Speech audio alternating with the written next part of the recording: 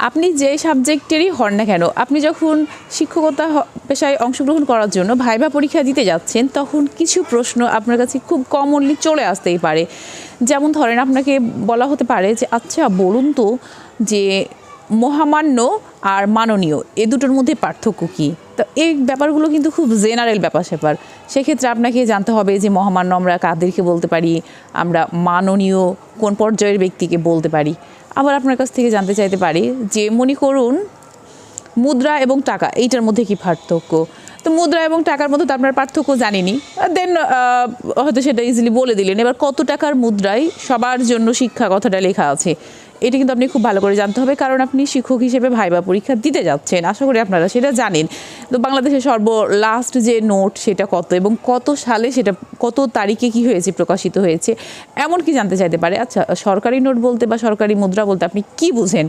তাহলে যেগুলোতে কি রয়েছে, অর্থ সচিবের স্বাক্ষর থাকে সেগুলো সরকারি, নাকি যেটা বাংলাদেশ ব্যাংকের গভর্নরের স্বাক্ষর থাকে সেটাও সরকারি। এই ব্যাপারগুলো তো আপনার খুব সাধারণ জিনিস, তাই না? এগুলো তো অবশ্যই জেনে যাবেন।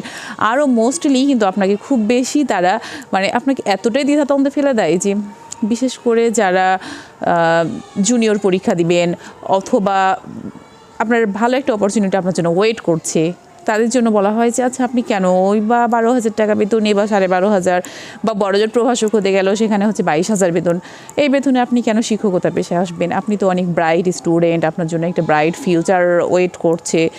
কিন্তু মনে রাখবেন, আপনি যেহেতু যেই পরীক্ষার জন্যই পরীক্ষা দিতে যান না কেন, যেহেতু ওইটার জন্য গেছেন, সেই ক্ষেত্রে আপনি যে পরীক্ষার জন্য ভাইভা দিচ্ছেন সেটা আপনার কাছে মোস্ট প্রায়োরিটি। আপনাকে এনিহাও তাদেরকে বোঝানোর চেষ্টা করতে হবে যে এই জবটাই আমার খুব বেশি দরকার। আর শিক্ষকতা করার জন্য তো এটা আপনার জন্য খুবই ইজি একটা ব্যাপার যে ঠিক আছে আমি বিশেষের জন্য প্রিপারেশন নিব বা আরও ভালো কিছু করব, সেটা অবশ্যই করব, কিন্তু এই জবটা এই মুহূর্তে আমার অনেক বেশি প্রয়োজন।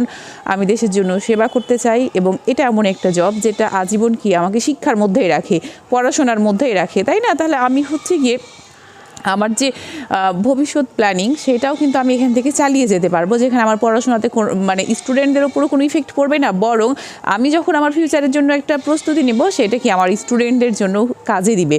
আপনি কিন্তু যে করে হোক এনিহাও, আর যারা বিশেষ করে একটু যদি আপনার পরিবার ব্যাকগ্রাউন্ড উইক হয়, তাহলে তো এই বিষয়টা আপনি খুব বেশি গুরুত্ব দিবেন যে হ্যাঁ আমার পরিবারের জন্য এই 12,000 টাকা বা এই 22,000 টাকা এটা খুবই জরুরি, এটাই আমার কাছে এখন হচ্ছে না। সেই ক্ষেত্রে আমি আমার অবস্থা খুব খারাপ, আমাকে এই জবটা খুবই প্রয়োজন, যাতে করে আমি আমার নেক্সট ফিউচারটাকে আরেকটু ব্রাইট করতে এই জবটা আমার জন্য খুব বেশি সহায়ক ভূমিকা পালন করবে। এটা আপনাকে এনিহাও বোঝাতে হবে। ইভেন যারা মেয়েরা আছেন তারা তো বলবেনই যে মেয়েদের জন্য বিশেষ করে শিক্ষকতা প্রফেশনে থাকাটা তো অনেক বেশি, এক তো সম্মানের রয়েছে, দ্বিতীয়ত আপনি আপনার বাড়ি থেকে জবটা কন্টিনিউ করার সুযোগ পেতে পারেন। এবং শিক্ষকতা পেশায় একজন মেয়ে কী করতে পারে, তার ঠিক একটা সুন্দর যে কমল মন মানসিকতা রয়েছে সেটা দিয়ে স্টুডেন্টদেরকেও মন জয় করতে পারে। সঙ্গে শিক্ষকতা পেশাটা একটা মেয়ে মানুষের জন্য সমাজে যেমনটা সম্মানের, এবং এখান থেকে আমি যে কন্ট্রিবিউশনটাই রাখতে পারি as a female human being, এটা আমার কাছে অনেক কিছু।